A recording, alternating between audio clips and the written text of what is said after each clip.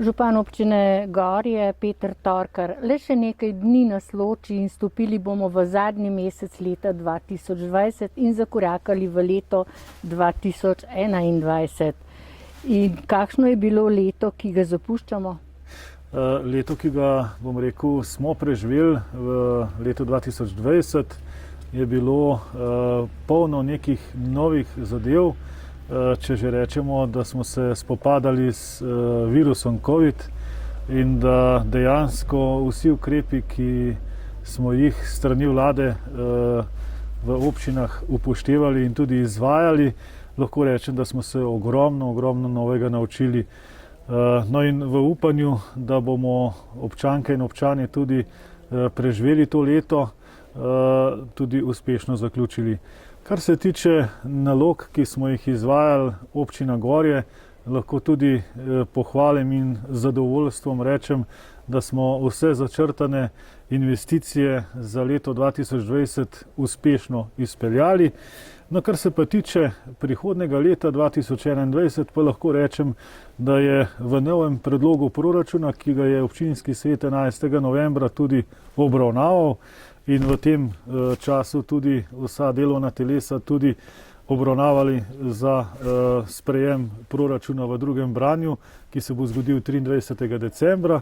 Pa lahko rečem, da je kar nekaj čez 3 milijone investicijskih sredstev zagotovljenih v investicijskem letu 2021. Gre za evropske in pa državne pomoči. Pa naj naštejem le tiste največje, to je ureditev 3 učilnic v osnovni šoli, zunanja ureditev pri osnovni šoli parkirišče, gre za vrednost nekaj čez 550 000 evrov obeh dveh projektov, in v teh sredstvih tudi iščemo sofinanciranje strani države, tako da pričakujemo 217 000 evrov soinvestitorstva iz strani države. Da se premaknemo tudi v območje Triglavskega narodnega parka, lahko rečem z veseljem, da smo dobili sporočilo Ministrstva za finance, da bo v letu 2021 možno koriščenja 602 000 evrov za območje občine Gorje. Torej bomo investirali tudi v cestno infrastrukturo v območju Triglavskega narodnega parka. Gre za preplastitev 2 makedanskih cest proti Prnikam in proti domačiji Pavovci iz Zgornjih Las.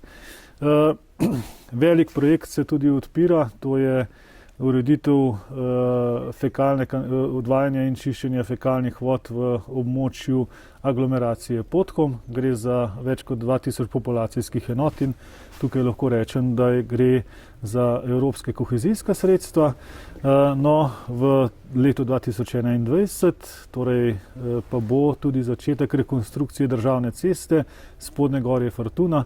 Tukaj pa gre za vrednost investicije, tako državnih in pa občinskih sredstev, skoraj 2 milijona evrov. Torej, to so tisti večji projekti, ki nam sledijo v izvedbi v letu 2021, in okolikor bomo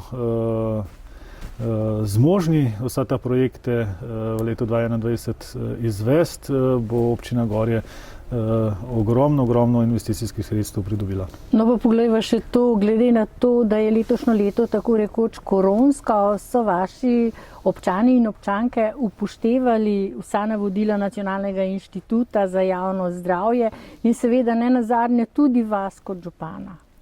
No, glede na sam korona paket oziroma ukrepi, ki jih je vlada predlagala vsem lokalnim skupnostim, in ne nazadnje je vlada tudi pričakovala od lokalnih skupnosti, da te ukrepe tudi spremlja in nadzoruje.